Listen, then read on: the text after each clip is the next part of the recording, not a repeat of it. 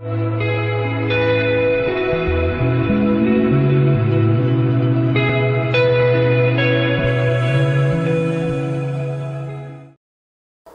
hoje vamos estar iniciando um estudo bíblico, e a primeira coisa que a gente tem que pensar é o seguinte, que o estudo da palavra de Deus, o estudo bíblico, ele é muito, muito abençoador, porque Deus, ele não fala apenas na questão da nossa emoção, não fala apenas naquele momento contagioso, mas ele fala muito quando nós estamos estudando a palavra de Deus e meditando. Então nós vamos estar fazendo um estudo, vai durar algumas semanas, a respeito das doutrinas fundamentais do cristianismo, porque muitas pessoas, mesmo estando na igreja, mesmo às vezes sendo cristãs, não sabem da razão da sua fé, não sabem discernir o que é fundamental, o que é secundário no ensino bíblico, que secundário em termos, né? Mas tudo é importante, mas há coisas fundamentais que não se pode negociar, e há outras doutrinas que cada um interpreta de uma forma. O que nós vamos estar vendo são as doutrinas que não podem ser negociadas. Quem não crê nessas doutrinas não pode ser chamado de cristão.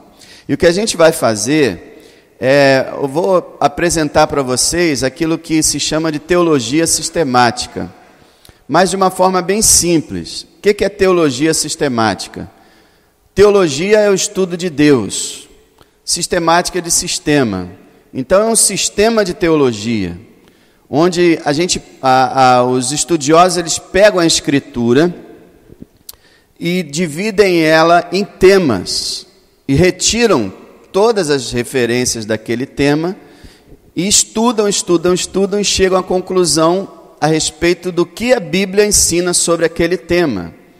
Então a teologia sistemática, ela organiza o ensino bíblico em um sistema que a pessoa pode compreender, um sistema lógico, porque a Bíblia, ela não é sistematizada. A Bíblia, ela traz a mensagem dela, mas você tem que pegar aqui, pegar ali, pegar ali, pegar aqui, fazer um sistema de ensino, de doutrina, porque senão fica algo vago. Então a teologia sistemática, que é estudada geralmente por seminaristas e pastores, na verdade deveria ser estudada por todo cristão. Então eu vou apresentar a teologia sistemática para vocês, que são as doutrinas fundamentais, de uma maneira simples. Não vamos nos aprofundar em cada tópico, em cada assunto, mas também não vamos passar muito rápido, nós vamos falar o que for necessário.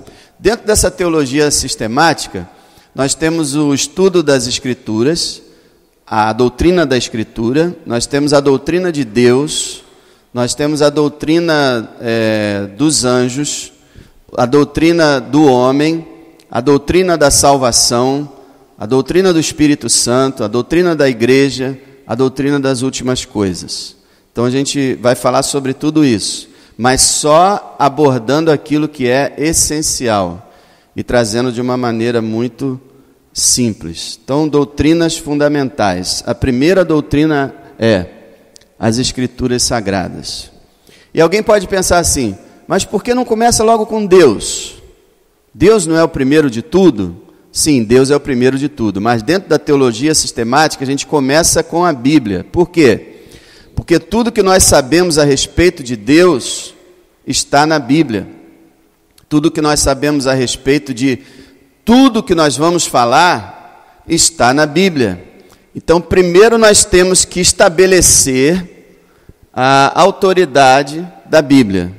Tá? Primeiro estabelecer a autoridade da Bíblia, porque, em palavras simples, se você tirar a Bíblia, não sobra nada. Não sobra nada. Tudo que Deus é e faz, Ele revelou na palavra, na Bíblia. Então, primeiro, a gente procura estabelecer o que é esse livro, a Bíblia. Esse livro, na verdade, o nome dele não é Bíblia. Nós carregamos a Bíblia, chamamos ela de Bíblia, mas o nome dela é esse aí, ó, as Escrituras Sagradas. Então, na Bíblia, o nome que a Bíblia dá a ela mesma é Escritura, e Escritura Sagrada. Foi adotado o nome Bíblia lá pelo século III ou IV, ou até mais, não me lembro de cabeça, mas séculos depois, por causa do grego, né, do mundo grego,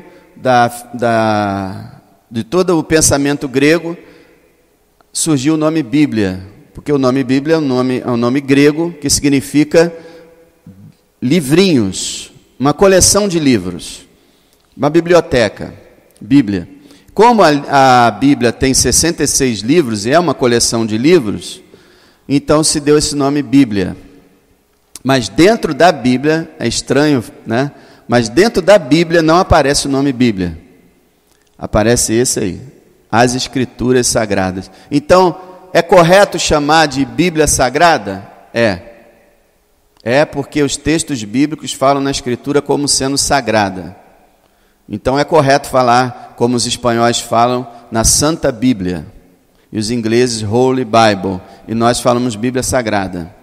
Então é certo falar Bíblia Sagrada, Bíblia Santa, porque ela é realmente santa e afirma ser santa. Então, as Escrituras Sagradas. A Bíblia é, em primeiro lugar, inspirada por Deus. Esse é o primeiro e maior ensino da Bíblia. A Bíblia é inspirada por Deus. Quando nós falamos inspirado, o que a pessoa pensa quando fala em inspirar? Inspirar é o quê? Não é? Não é puxar o ar para dentro? Mas não é esse o sentido da palavra inspirar no original, não. A palavra inspirada quer dizer soprada. Então, quando se fala que a Bíblia é inspirada por Deus, quer dizer que ela foi soprada por Deus. No sentido de quando uma pessoa fala, sai ar, já reparou? Já reparou quando você fala, o ar sai, você joga ar quando você fala? Assim Deus fala e Ele soprou, Ele lançou ar, né? Ele inspirou a Bíblia, Ele soprou a Bíblia. Então, como que nós deduzimos essa afirmação da Bíblia, que ela é inspirada por Deus? Bom, centenas de vezes no Velho Testamento aparece a expressão assim: assim diz o Senhor.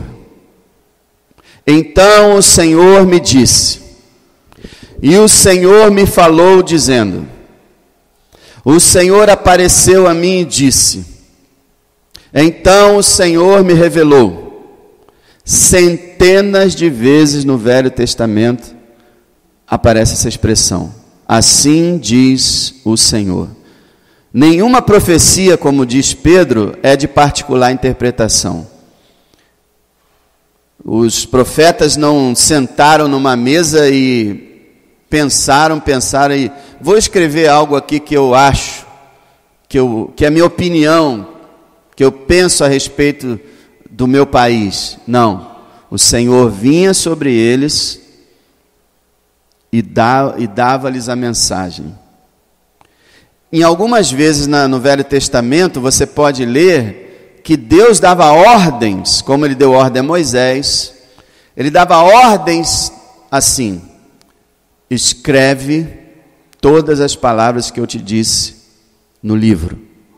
Aí Moisés ia e escrevia o que Deus lhe tinha dito.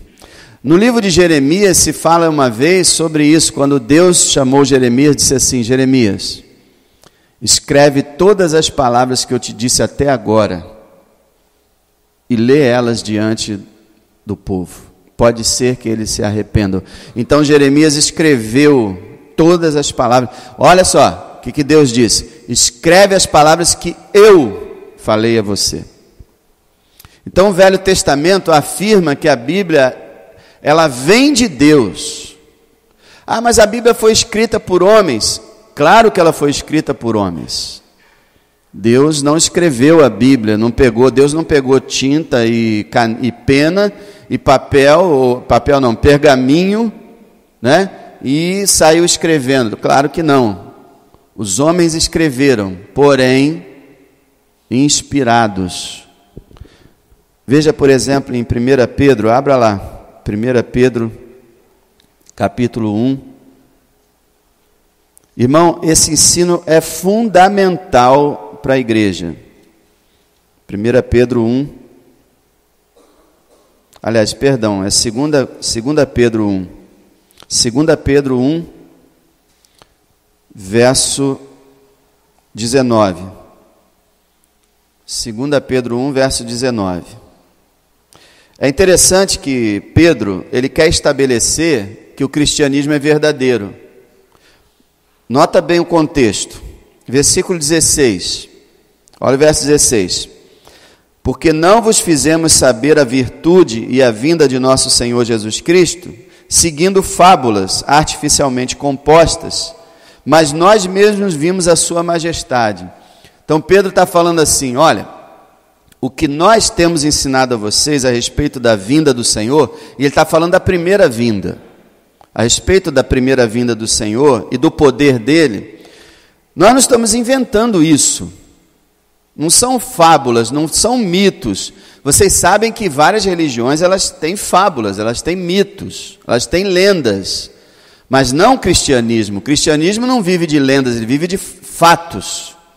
Então ele está falando aqui, ó, não foi lendas que nós criamos artificialmente, mas nós vimos a sua majestade. Versículo 17. Porquanto ele recebeu de Deus Pai, honra e glória, quando da magnífica glória lhe foi dirigida a seguinte voz: esse é meu filho amado, em quem me tenho comprazido. E ouvimos essa voz dirigida do céu, estando nós com ele no Monte Santo. Quer dizer, Pedro estabelece duas coisas. Nós não estamos inventando uma religião. Primeiro, nós vimos a majestade e a glória dele. Quando nós subimos no monte com ele, ele está falando nós, ele, Pedro e Tiago, subimos no monte e lá ele se transfigurou. O rosto dele começou a brilhar como o sol e as roupas deles ficaram brancas, mas como a luz. E nós vimos a glória dele, nós vimos, não estamos inventando, nós vimos. Mas em segundo lugar, ele diz que a prova do cristianismo é Deus, porque não só eles viram Cristo glorificado, mas eles ouviram a voz de Deus quando Deus disse: este é meu filho amado, em quem tenho prazer. Deus falou 3 vezes do céu enquanto Cristo esteve aqui nessa terra, e sempre testificando: esse é meu filho amado, esse é o filho que eu enviei, escutem ele, este é meu filho amado, em quem eu tenho prazer. Então ele diz que Deus também deu testemunho de que o cristianismo é verdadeiro. Mas olha, o interessante é o seguinte, que agora ele vai chamar para testemunhar que o cristianismo é verdadeiro, sabe quem? A Bíblia, a Escritura. Olha só, verso 19. E temos muito firme a palavra dos profetas, a qual bem fazeis em estar atentos, como a luz que ilumina em lugar escuro, até que o dia esclareça e a estrela da alva apareça em vosso coração. Então ele fala da palavra dos profetas. A palavra dos profetas é o quê? A Escritura Sagrada, a Bíblia. Então nós temos muito firme a palavra dos profetas. Então ele está confirmando que a palavra dos profetas, ele vai falar aqui, daqui a pouquinho a gente vai ler, a palavra dos profetas não era deles. Então ele chama a Bíblia de uma luz que ilumina num lugar escuro, até que o dia clareie. O que ele está dizendo? Nós vivemos uma era das trevas, mas a igreja foi iluminada, e a palavra de Deus é luz, lâmpada para os nossos pés e luz para o nosso caminho. Então a Bíblia nos ilumina, é como se a gente estivesse num lugar deserto, escuro, e nós temos uma lanterna que ilumina o nosso caminho. Essa lanterna é a palavra de Deus. Até que chegue o dia, o raiar do sol. O que é isso? É quando Cristo voltar e trouxer o pleno conhecimento, a plena revelação. Então, enquanto não chega a luz completa, a palavra de Deus vai nos iluminando com aquilo que é suficiente para nós. Então, veja bem, por que a palavra dos profetas é importante? Olha o verso 20. Sabendo, primeiramente, isto, que nenhuma profecia da Escritura é de particular interpretação. Primeira coisa que ele fala é isso. O que ele quer dizer? Nenhum profeta, como eu disse, deu sua opinião particular, deu sua opinião pessoal. O profeta não falou de si mesmo. Segundo, que a gente pode interpretar, é que ninguém pode dar uma interpretação particular à Bíblia. As pessoas gostam de dizer assim, a Bíblia depende de como você olha para ela, de como você interpreta, de como você lê. Cada um interpreta de uma maneira. Cada um pode interpretar de uma maneira. Mas só existe um sentido para cada texto bíblico. Então, a pessoa que interpreta corretamente o texto bíblico é a pessoa que está certa. Todas as outras interpretações estão erradas. Então, não é questão de ponto de vista. A Escritura tem um sentido que nós precisamos descobrir. E quando você descobre, você está certo. E quem não concordar com você está errado. Não porque você é melhor do que os outros. Não porque você é o dono da verdade, mas porque a Escritura é a verdade. E se a Escritura é estabelecida, acabou a discussão. É isso que ele está falando. Ninguém pode chegar, eu li a Bíblia aqui e a Bíblia falou assim para mim.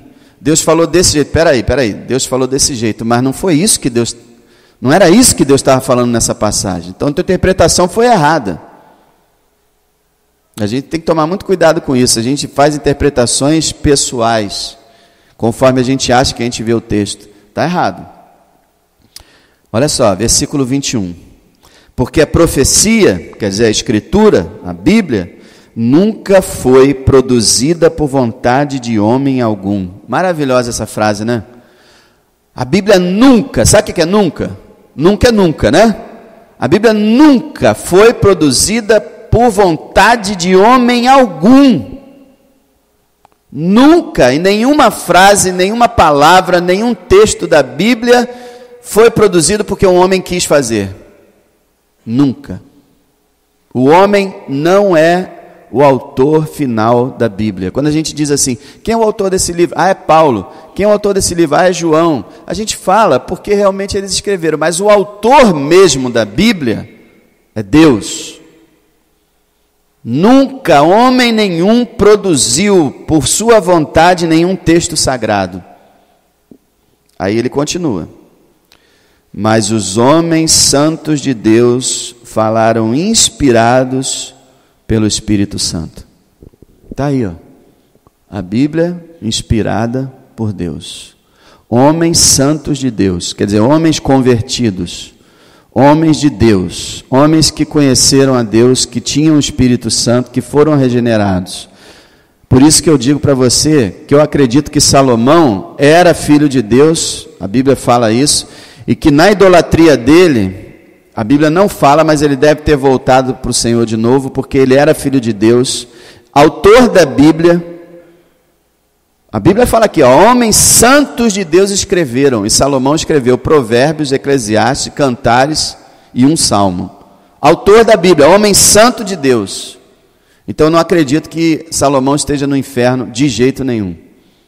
De jeito nenhum. Mesmo com a idolatria dele, então o que deve com certeza ter acontecido? Ele se voltou para Deus no final da sua vida arrependido, embora a Bíblia não tenha registrado.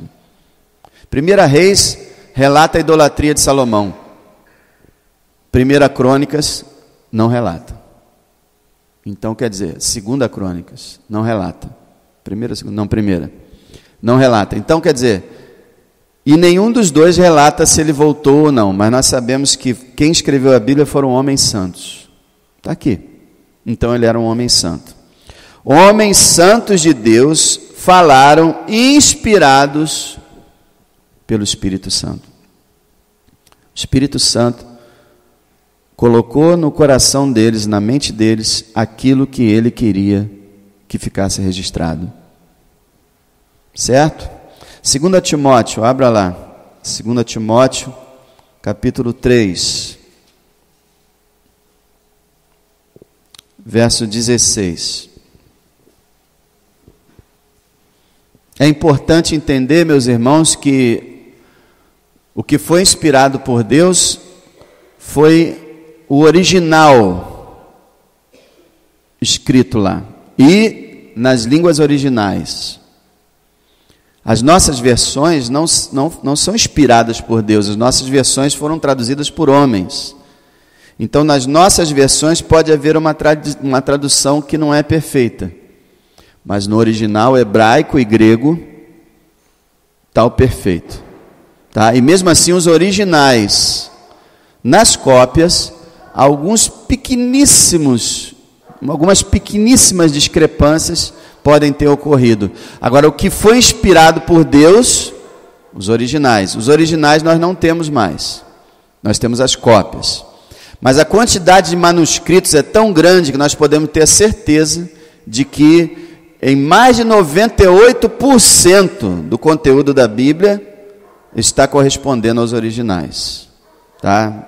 Fiquem tranquilos quanto a isso. Então nós temos uma Bíblia diante de nós quase precisa, mas eu vou te mostrar até um exemplo disso, da imprecisão às vezes do autor. Por quê? Nós temos aqui a Bíblia de João Ferreira de Almeida, certo? Um português que viveu no século 17 e não era perfeito.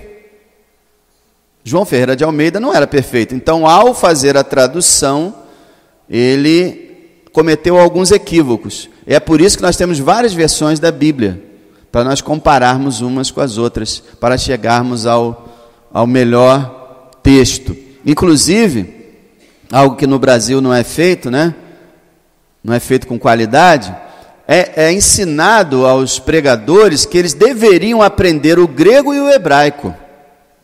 E os maiores pregadores da história da igreja, grandes teólogos e pregadores, eles conheciam o hebraico e o grego. Porque aí você vai lá no fundo, né? E você sabe que o grego e o hebraico, principalmente o grego, tem sentidos que nos nossos idiomas não dá para trazer o pleno sentido daquilo que está no grego original. Então, olha só um caso aqui, 2 Timóteo 3,16. Toda a escritura, na minha versão corrigida, que é a versão que eu mais gosto, está escrito assim: toda a escritura divinamente inspirada é proveitosa. Mas não é isso que o original está dizendo. Eu sei que a Márcia tem, e quem tiver a versão atualizada, que eu não gosto dela porque ela é diferente, o meu cérebro ficou condicionado à versão corrigida, por isso que eu gosto dela, mas na versão atualizada está escrito assim: toda a escritura é divinamente inspirada e proveitosa. Então, na nossa tradução aqui, foi colocado assim: toda a escritura divinamente inspirada é proveitosa. Então, dá uma ideia assim, de que pode haver escritura divinamente inspirada e pode haver não divinamente inspirada. Então, a que é divinamente inspirada é proveitosa. Aí nós caímos completamente em tudo que eu vou falar aqui. Mas no grego original está escrito assim: toda a escritura é divinamente inspirada e proveitosa para ensinar, para redarguir, para corrigir, para instruir em justiça, para que o homem de Deus seja perfeito e perfeitamente instruído para toda boa obra. É por isso, irmão, que você que gosta de estudar a Bíblia, você deve comprar o máximo de versões da Bíblia que você puder, para você comparar. Ou você usar programas, né, programas de computador, que eles trazem o original, eles fazem as comparações, ler comentários, ter bíblias de estudo, onde você vai ler as notas que falam a respeito dessas passagens, para você estar bem informado. Então, esse texto aqui, Paulo ensina isso aí, ó. Toda a escritura é inspirada por Deus. Tá bom? Então está estabelecido isso, irmão. Olha, sem essa doutrina, não existe igreja.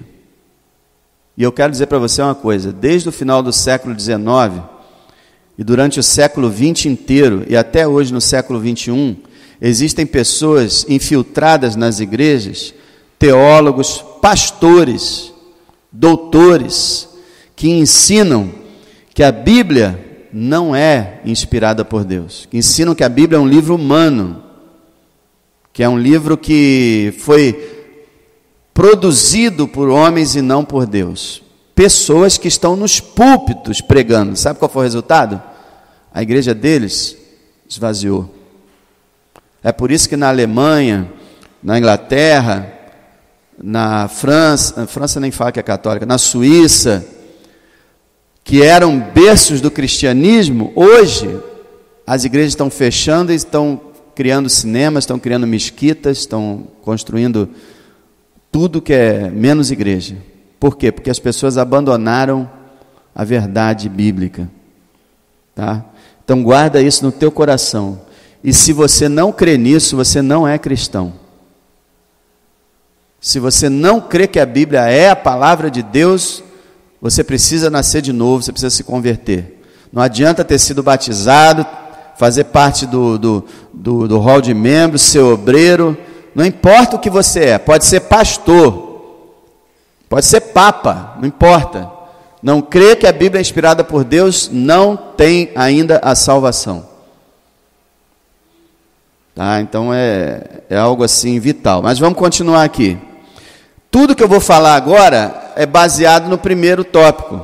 Se a Bíblia é inspirada por Deus, então, olha lá, a Bíblia é inerrante. O que é isso? Ela não tem erros. E foi isso que a alta crítica lá no século XIX atacou. Começou a estudar a Bíblia como com mentes carnais e começaram a achar aquilo que eles disseram que eram erros.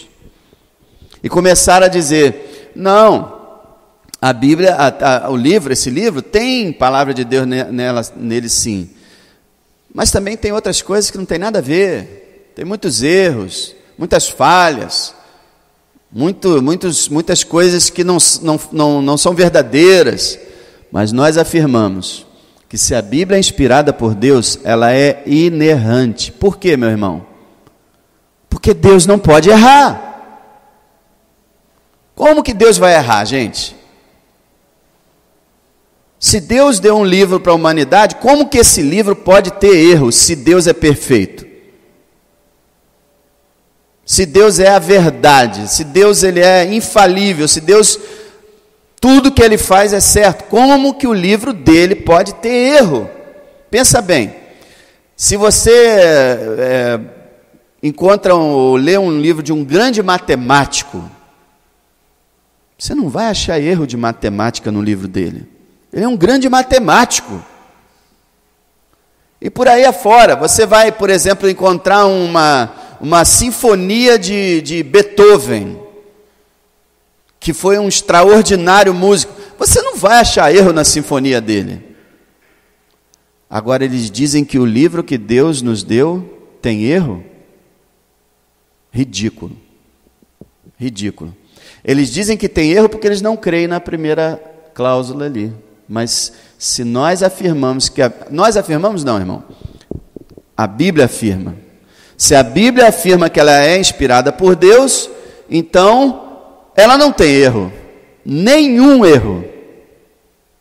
É interessante na história que várias vezes os céticos, os incrédulos disseram assim, tá vendo? A Bíblia errou. Por exemplo, um caso foi o rei Belsazar. O rei Belsazar, que é narrado em Daniel, os historiadores diziam, tá vendo? Não tem Belsazar nenhum, a Bíblia está errada, a Bíblia inventou um nome, tá vendo? Errou, falhou a Bíblia. Alguns anos anteriores, a arqueologia descobriu que existia o rei Belsazar. Então isso é um caso, de vários casos que os homens disseram, a Bíblia está errada, e aí quando depois de um tempo eles iam ver, a Bíblia estava certa. Então, irmãos, não tem erro na Bíblia, tá? Mas eu encontrei uma passagem que, uma passagem diz uma coisa, outra passagem diz um negócio meio diferente. Como é que é isso? Irmão, não há contradição na Bíblia, mesmo que aparentemente haja. Acontece que muitas vezes nós não sabemos interpretar ou muitas vezes a aparente contradição é tão grande que a gente ainda não conseguiu entender como conciliar, mas nós podemos estar certos que são conciliadas. Quando você encontrar algo que você diz assim, poxa, a Bíblia está errada. Não está errada não, você está errado. Ah, mas peraí, deixa eu estudar. Não encontramos ainda a solução, a explicação. Mas você pode ter certeza, ela não está errada. Pode confiar. Deus não daria um livro com falhas nele. O livro que nos comunica a sua verdade com falhas nele, porque senão seria um Deus completamente que não é digno de confiança. Mas nosso Deus não é assim. Então é inerrante, meu irmão, inerrante. Outro ponto, a Bíblia é infalível. O que a Bíblia diz será cumprido. Olha o que Jesus falou, abra lá em Mateus 5, que coisa impressionante. Você sabia que o próprio Jesus Cristo, ele apoiava o Velho Testamento completamente, e citou o Velho Testamento diversas vezes, inclusive partes do Velho Testamento, que para muita gente é lenda, Jesus disse que é fato, como o dilúvio, Sodoma e Gomorra, a criação de Adão e Eva, várias coisas que os homens dizem que é lenda, Jesus disse é fato. E olha o que ele disse aqui em Mateus 5, verso 18. Porque em verdade vos digo, que até que o céu e a terra passem, nem um jota ou um tio se omitirá da lei, sem que tudo seja cumprido. Aí é um caso de acomodação, jota e tio. É um caso de acomodação. Por quê? Porque ele falou de dois sinais no hebraico muito pequeninos, mas que não existe correspondente no português. Então o autor traduziu como jota ou tio. Um tio, né?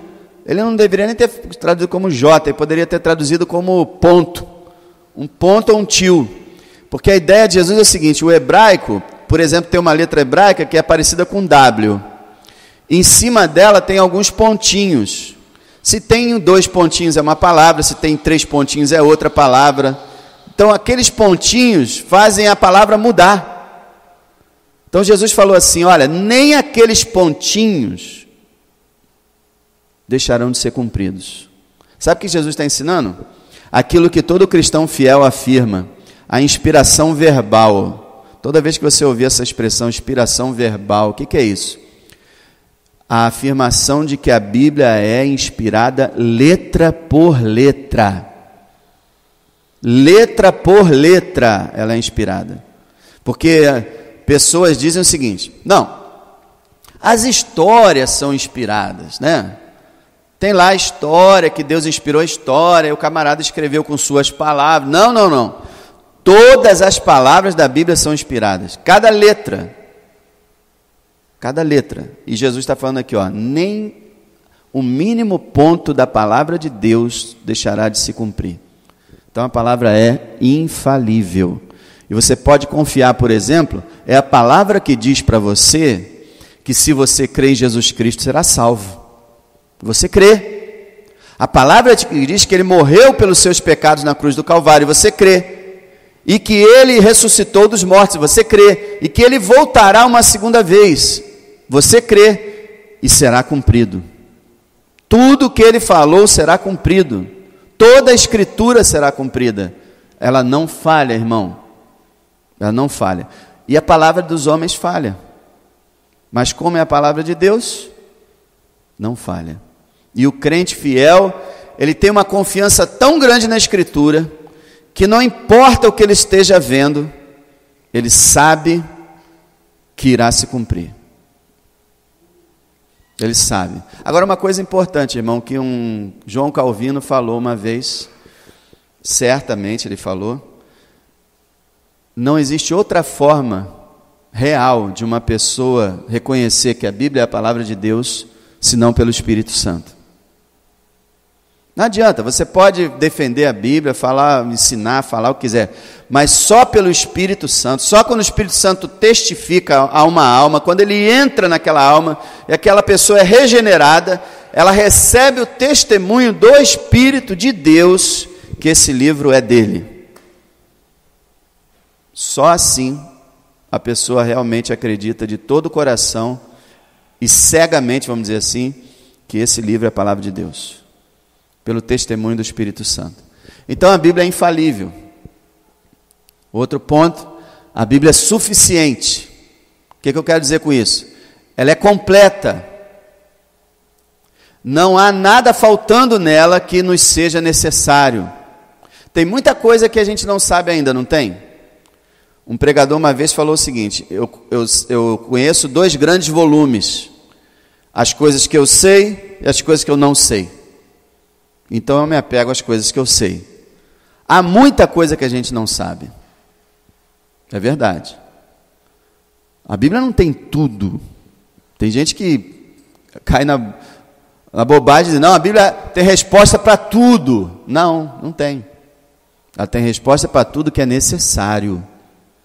Ela tem resposta para todos os questionamentos que realmente importam. Então, ela é suficiente para nós. Ela não responde tudo, mas ela responde o que é fundamental. E na glória a gente vai saber tudo. Então, irmão, a Bíblia é perfeita, de Gênesis a Apocalipse. Ela tem 66 livros e tem os seus capítulos, os seus versículos, e não tem nada faltando nela. Nada precisa ser acrescentado a ela. Como diz lá em Apocalipse, há uma maldição para quem acrescentar alguma coisa à Bíblia ou retirar alguma coisa dela. Ela é perfeita, completa e suficiente para a salvação do perdido e para a edificação do cristão. Portanto, irmão, o cristão não precisa ir a nenhum outro livro para completar aquilo que ele não sabe. A gente lê vários livros, mas que falam da Escritura, que apoiam a Escritura, porque a Escritura é suficiente, completa, nada falta nela. Porque, irmão, se Deus criou um livro, esse livro não podia faltar nada, certo? O último ponto, para a gente terminar, fundamental, isso aí a gente poderia falar a noite toda sobre isso. A Bíblia se ela é inspirada por Deus, se ela é inerrante, se ela é infalível, se ela é suficiente, ela é a única regra de fé e prática. Isso é uma frase que é um lema dos batistas. Então os batistas recitam essa frase e parece que recitam como se fosse um poema, né? A Bíblia é a única regra de fé e prática. Mas quando chega na prática, quase ninguém vive isso. Quase nenhum cristão vive isso aí. Hoje, então, no cristianismo moderno, o pessoal pegou isso aí e jogou no lixo. A Bíblia é a única regra de fé e prática. Quer dizer, o único regulamento que determina o que eu creio ou o que eu devo fazer está na Bíblia. Mas o que acontece hoje? As pessoas, os pastores, os homens chegam e... irmão, Deus me revelou que hoje é o ano da remissão. Esse é o ano da remissão. Quem falou isso para ele? Foi Deus que me falou. É? Deus te deu uma revelação nova, é? Hoje, esse é o ano da remissão? Poxa, está na Escritura isso? Tá não. Então não é ano de nada, ô pastor. Isso aí você criou da tua cabeça. Só vale, irmão, o que está na Bíblia. Só o que está na Bíblia. Todo o ensino que não está na Bíblia não é válido para a igreja nem para o cristão. E todo dever e mandamento que não está na Bíblia também não é válido. Por exemplo, uma época aí os cristãos eram proibidos de ir à praia. Mas está escrito na Bíblia que não pode ir à praia? Não. Então isso vai da consciência de cada cristão. Se você vai na praia e peca, então não vá mais à praia. Agora, se você vai à praia e está tudo bem, vá à praia. Entendeu? Houve um tempo que os cristãos não podiam não podiam deixar a barba crescer em certas igrejas, que eles eram disciplinados. Jesus Cristo era barbudo. O nosso Salvador era barbudo. Como é que um cristão não pode usar barba? E eles disciplinavam. Está escrito na Bíblia que você não pode usar barba? Não.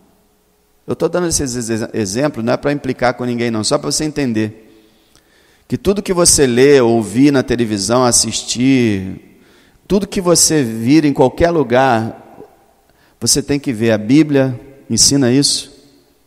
Não ensina? Então não é para mim. Dever, mandamento, né? Comportamento, a Bíblia fala sobre isso. Agora, claro que a gente tem que ter cuidado, né? Por exemplo, a Bíblia não fala sobre cigarro, a Bíblia não fala sobre drogas. Não havia cigarro nem drogas na época da Bíblia. Ah, então não está escrito que não pode fumar, e também não está escrito que não pode usar droga, então posso. Não, porque está escrito que o nosso corpo é o templo do Espírito Santo, que a gente deve respeitar o nosso corpo, que a gente não deve, está escrito que suicídio é pecado, e fumar é suicídio. Está escrito que a gente tem que ser sóbrio, usar droga deixa a pessoa fora de si. Então você tem que ver o contexto da Bíblia inteiro. Mas a Bíblia é a única regra de fé e prática. Eu só posso pregar o que a Bíblia diz, só posso ensinar o que ela diz, e você só tem que crer no que ela diz. Irmão, a gente vai, por exemplo, na livraria em Nova Iguaçu. Essa semana eu fui, você encontra lá a divina revelação do céu, a divina revelação do inferno. Aí você abre o livro, a autora, ela diz que o céu ele tem uma graminha verde e que tem umas nuvens meio cor-de-rosa. Estou só dando aqui exemplo. E que tem lá 40 anjos no portão, e que tem o anjo Dionísio que guarda a lateral esquerda do céu. Irmão, está na Bíblia? Não está não? Então você nem lê um livro desse. Ah, eu fui ao inferno. Recentemente eu estava assistindo um pastor pastor de uma igreja. Ele estava falando, e ele estava pregando, e ao mesmo tempo que ele estava pregando a Bíblia, ele começou a citar o exemplo de uma pessoa que entrou em coma e foi ao inferno, segundo eles. E aí a pessoa começou a dizer como era o inferno. E aquele pastor, no meio da mensagem, começou a explicar como era o inferno, baseado no relato da experiência que o irmão teve. Isso bate com isso aqui? Não.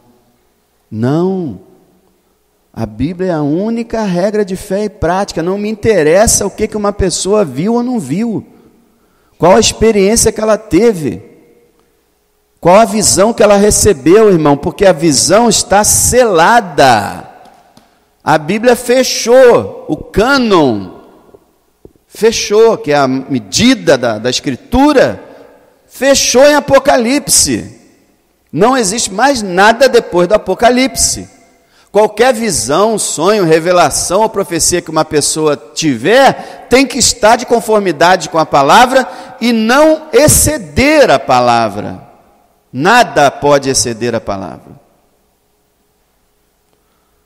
Certa vez um pastor muito famoso no Brasil, muito famoso, muito respeitado, que até prega bem, embora invente algumas coisas, mas ele prega o evangelho bem. Mas uma época ele falou claramente: Jesus Cristo vai voltar no ano tal. Está escrito na Bíblia a data da volta de Jesus Cristo? Então essa pessoa recebeu o rótulo de falso profeta. Numa outra ocasião, quando virou o ano 2000, um outro bispo muito famoso disse na rádio: no terceiro milênio, que é o nosso, Jesus Cristo voltará. Olha, ele deu um prazo de 1000 anos, né? Um prazo grande, né? Ele tem 1000 tentativas aí para acertar. Mas está escrito que no 3º milênio Jesus voltará? Não. Falso profeta. Tudo que você excede a Escritura ou nega a Escritura, está errado. E sabe o que está acontecendo hoje na igreja? Graças a Deus aqui não, mas em várias igrejas acontece o seguinte: você prega a Bíblia e as pessoas ficam dormindo nos bancos. Mas você fala assim: o anjo de Deus está aqui. Upa, todo mundo levanta, pula, dá salto, grita e faz uma festa, porque o anjo apareceu. Ou então o outro diz assim: assim diz o Senhor. Aí começa a falar um monte de coisa. Olha, Deus ama vocês. É mesmo? Puxa, está na Bíblia, né? O Senhor é com vocês. Está também na Bíblia. Deus vai guardar a sua vida. Está na Bíblia também. Interessante, né? Aí todo mundo se empolga, todo mundo fica feliz. Recebemos uma palavra de Deus porque alguém disse. Assim diz o Senhor. Mas olha, assim diz o Senhor, está aqui. Essa é a palavra de Deus. Essa é a palavra que nós devemos amar. Essa é a palavra que nós devemos nos empolgar, que deve nos trazer alegria, paz e consolo, força, fé e esperança. A Bíblia Sagrada é a palavra de Deus. O resto, meus irmãos, a gente não sabe. Como você vai saber se uma pessoa está falando assim, diz o Senhor, e é realmente de Deus? Uma outra coisa, se a Bíblia tem erro, quem é que vai decidir qual é a parte certa e qual é a parte errada? Diga para mim. Qual é o homem que vai decidir o que está certo ou o que está errado na Bíblia? Estamos perdidos. Não. A Bíblia não tem erro, não tem falha, não precisa de mais nada. Quando diz suficiente, não precisa de mais nada além dela. E a Bíblia é a única regra de fé e prática. Por que ela é a única regra de fé e prática, irmão? Já pensou sobre isso? Por quê? Porque ela é a palavra de Deus. O resto é palavra de quem, irmão? De homem. É por isso que ela é a única regra de fé e prática, porque é o único lugar onde Deus está falando plenamente. Eu, por exemplo, eu prego. Em determinadas ocasiões eu posso errar uma referência, eu posso falar um texto de um capítulo errado, eu posso fazer uma aplicação de um texto errado, porque eu sou falho. Agora, a Bíblia é a palavra de Deus, ela tem autoridade. Você está entendendo por que só ela? Porque ela tem autoridade, é Deus falando, não é o homem. Irmão, quem é o homem para falar? Quem é o homem para que nós ouçamos ele? Eu estou aqui sempre pregando. Por que vocês estão me ouvindo? Por causa da palavra de Deus. Porque se fosse por causa de mim, vocês podiam ir para casa, porque eu não mereço ser ouvido, e nenhum ser humano merece ser ouvido. Aí essas igrejas modernas, os líderes, todo cheio de pompa, vêm para o púlpito e falam deles, e falam como se fossem grandes autoridades, e esquecem a autoridade divina, que é a palavra de Deus. Tem pessoas, muita gente, irmão, está a Bíblia aqui, a pessoa lê um texto da Bíblia, fecha a Bíblia e começa a falar. O que ele está falando? Sei lá, qualquer coisa. Está falando da vida dele, da família dele, falando. Bíblia, nada. Então, irmão, guarda isso aí, ó. Depois eu vou disponibilizar, segundo a ajuda dos colaboradores, toda essa teologia, todas essas doutrinas no site para vocês poderem acessar e poderem estudar lá direitinho. Não estou botando as referências do lado, senão ficaria muito complicado, tá? Mas você pode pesquisar que tudo que vai ser dito aqui está na Bíblia. Então, a Bíblia é a única regra de fé e prática. Então, já que a Bíblia é a palavra de Deus e que ela é perfeita, na semana que vem a gente vai começar a ver o que a Bíblia fala a respeito de Deus, a respeito dos anjos, dos homens, de Cristo, do Espírito Santo. A gente vai falando, vai ensinando as doutrinas fundamentais da nossa fé.